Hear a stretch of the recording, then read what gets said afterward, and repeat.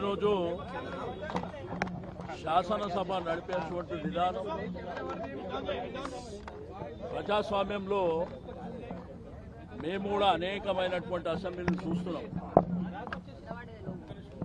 కానీ ప్రజాస్వామ్యంలో అసెంబ్లీలో శాసనసభలో అధికార పక్షానికి ఎంతైతే హక్కు ఉంటుందో ప్రతిపక్షాలకు కానివ్వండి, అందులో సభ్యుడైన ప్రతి ఒక్కరు కూడా అంతే సమాన హక్కు ఉంటుంది.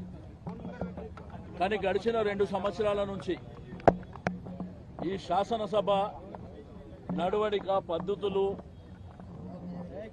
చూసేవాళ్ళు ప్రజలు కూడా అసహించుకునేటువంటి పరిస్థితి.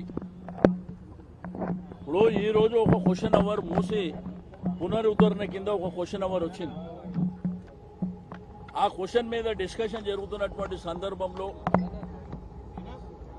ముఖ్యమంత్రి గారు మామూలుగా శాసనసభలో క్వశ్చన్ అవర్ అంటే 1 గంట పాటు ఒక 7-8 క్వశ్చన్స్ ఉంటాయి, మనందరికీ తెలుసు. ఆ క్వశ్చన్ మీద మరి అందరు సభ్యులు వాళ్ళు ప్రభుత్వానికి కొన్ని సూచనలు చేశారు. దాంట్లో మా పార్టీ ఉపనాయకులు హరీష్ రావు గారు కూడా సూచనలు చేశారు. మీరు పునరుద్ధరణ చేసేటప్పుడు పేదవాళ్ళు కానివ్వండి, లేకపోతే కొన్ని కీలకమైనటువంటి అంశాలు మీకు మల్లన్న సాగర్ నుంచి కొండపోచమ్మ సాగర్ నుంచి ఆడికేం తెస్తున్నా, మీరు ఆకాశం మీదకేం తెస్తున్నా అనేటువంటి విషయాన్ని వారు అడిగారు. ఆ తర్వాత ముఖ్యమంత్రి గారు వారికి అవకాశం స్పీకర్ గారు ఇచ్చారు.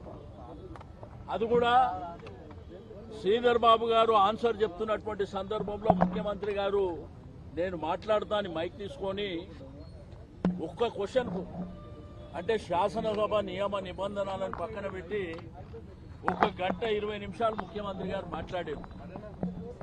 అంటే హైదరాబాద్ జంట నగరాల గురించి, తెలంగాణ రాష్ట్రం గురించి, మూసీ రివర్ గురించి మాకు ఎవ్వరికి అనుభవం లేనట్టు, ఆయన ఒక్కొక్కరికే అనుభవం ఉన్నట్టు, కాకతీయుల నుంచి నిజాం నవాబ్ వరకు, లేకపోతే హైదరాబాద్ ఏనో ఈయన కొత్తగా కట్టడానికి వచ్చినట్టు అనేకమైనటువంటి అంశాలు మాట్లాడిన అభ్యంతరం లేదు. కానీ తన కడుపులో ఉన్నటువంటి విషయాన్ని మా మీద వెళ్ళగక్కినటువంటి పరిస్థితి. మమ్మల్ని అంటే అనంతగిరి హాస్పిటల్ జాయిన్ చేస్తారని ఆయన మాట్లాడితే శ్రీధర్ బాబు గారు మీ పేరు చెప్పలేదు కదా అని ఈయన కొత్త నిర్వచనం చెప్పే ప్రయత్నం వారు చేస్తూ, సరే ముఖ్యమంత్రి గారు మాట్లాడినంతసేపు మాట్లాడిండు. తర్వాత స్పీకర్ గారికి ఒక ప్రధానమైనటువంటి ప్రతిపక్ష పార్టీగా మేము అవకాశం అడిగినాం. మాకు ఇవ్వకుండా వేరే పార్టీ సభ్యులకు అక్కడ అవకాశం ఇచ్చారు. మరి నేను ప్రధాన ప్రతిపక్షం మాకు అవకాశం ఇవ్వాలి కదా అంటే ఆయన దాన్ని ఆపేసి 2వ క్వశ్చన్కు పోయిండు.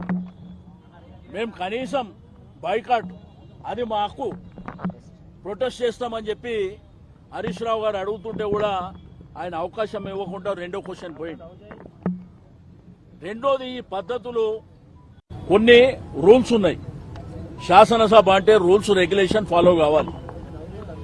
ఏ సభ్యునికైనా కానీ సేమ్ టైం స్పీకర్ కు కూడా కొన్ని పరిధులు ఉంటాయి. ఆ పరిధులను దాటి ముఖ్యమంత్రి గారి మీద విమర్శిస్తే నేను మైకే ఇవ్వనని చెప్పి ఆయన మాట్లాడడం అంటే, లేకపోతే ముఖ్యమంత్రి గారి డబ్బవటానికి వస్తాం ఆయనకి.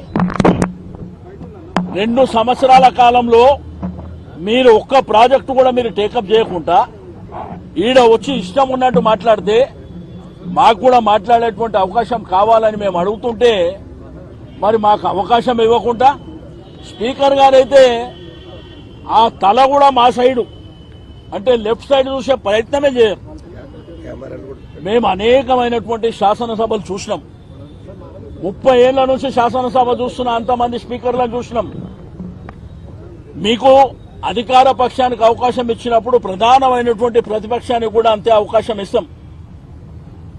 మరి గతంలో కేసీఆర్ గారు ముఖ్యమంత్రి ఉన్నప్పుడు వాళ్ళు 5 మంది శాసనసభ్యులున్నా వాళ్ళు 5 మందికి మాట్లాడేటువంటి అవకాశం ఇచ్చారు. గంటల తరబడి అనేకమైనటువంటి అంశాల విషయంలో మాట్లాడారు. కానీ ఇది ప్రజాస్వామ్యంలో పద్ధతి కాదు. వాళ్ళు ఇది గాంధీ భవన్ లాగానే దాన్ని వాడుకుంటారు. గాంధీ భవన్లో నా ఇష్టం ఉన్నట్టు నేను మాట్లాడుకుంటా, ఎవడు పడితే వాడు మాట్లాడవచ్చు అని అట్లా ఆ పద్ధతిలో వాడుకుంటున్నారు. దీన్ని మేము తీవ్రంగా ఖండిస్తున్నాం. శాసనసభని శాసనసభగా మీరు అదే పద్ధతిలో శాసనసభ ప్రకారమే నడవనిస్తే మేము హౌజ్లోకి వస్తాం తప్ప మీ ఇష్టం ఉన్నట్టు గాంధీ భవన్ లాగా నడిపిస్తే మాత్రం వచ్చే ప్రసక్తే ఉండదు అక్కడ. ఎందుకంటే లక్షలాది రూపాయలు వెచ్చించి శాసనసభ నడుస్తుంది. రైతాంగం కానీ, ప్రజలు కానీ, యువకులు కానీ, మహిళలు కానీ, హైదరాబాద్ జంట నగరాల ప్రజలు కానీ శాసనసభలో మా అంశాల విషయంలో ప్రధాన ప్రతిపక్షం కానీ శాసనసభ్యులు ఏం మాట్లాడుతున్నారని ప్రజలందరూ వెయిట్ చేస్తారు. అధికార పక్షం ఆన్సర్ కూడా ఏ విధంగా ఉంటుందని వెయిట్ చేస్తారు. అవన్నీ కాకుండా బుల్డోజ్ చేసి మా ఇష్టం ఉన్నట్టు మేము చేసుకుంటాం. మాకు మా ప్రభుత్వం ఉన్నది కాబట్టి చాలా మందిని చూసినాం. ప్రభుత్వాలు అనేది శాశ్వతం కాదు. చరిత్రలో అనేకమైనటువంటి ప్రభుత్వాలు వచ్చినాయి. ఏదో రాచరిక పాలన కొనసాగించాలంటే తప్పకుండా ప్రజలు బుద్ధి చెప్పేటువంటి సమయం కూడా ఆసన్నమవుతుందని చెప్పి నేను ఈ సందర్భంగా తెలియజేస్తా అన్నాను. ముఖ్యమంత్రి గారిదేమో విచిత్రం. ఒకవైపున సూచనలు ఇవ్వమంటాడు, సలహాలు ఇవ్వమంటాడు, మీ అభిప్రాయాలను గౌరవిస్తా అంటాడు, మళ్ళా వెంటనే తిట్టేటువంటి బూతు మాటలు ప్రయోగించే ప్రయత్నం చేస్తాడు. కంపు ఉన్నదంటే నీకే కంపు ఉన్నది కదా, నువ్వు మాట్లాడిన దాంట్లోనే కంపు ఉన్నది కదా. మాట్లాడిన ఏ శాసనసభ్యులు కూడా ఇన్క్లూడింగ్ మా ఉపనాయకుడు హరీష్ రావు గారు కూడా మాట్లాడినప్పుడు ప్రభుత్వాన్ని విమర్శ చేయలే. ఆయన కొన్ని సూచనలు మాత్రమే చేసిండు. మేమెక్కడన్నా ముఖ్యమంత్రి గారు ఇంత లెంతీగా మాట్లాడేటప్పుడు షార్ట్ డిస్కషన్ అయినా పెట్టాలి. ఇది ఈ సబ్జెక్టు చాలా గంభీరత ఉన్నది కాబట్టి దీనికి 2 గంటల సమయం కేటాయిస్తామన్నా పెట్టాలి. మైక్ ఉన్నదని చెప్పి మీ ఇష్టం ఉన్నట్టు మాట్లాడి మీరు వెళ్ళిపోతే అంటే మా గొంతుకు అవసరం లేదా? కాబట్టి మేము మరి ఇక్కడికి వచ్చి అమరవీరుల స్తూపం దగ్గర మా నిరసన తెలియజేయడానికి ఇక్కడికి రావడం జరిగింది. మూసీ మీద ఆలోచన అసలు మూసీ మీద ఆలోచన వినడానికి ముఖ్యమంత్రి సిద్ధం లేడు.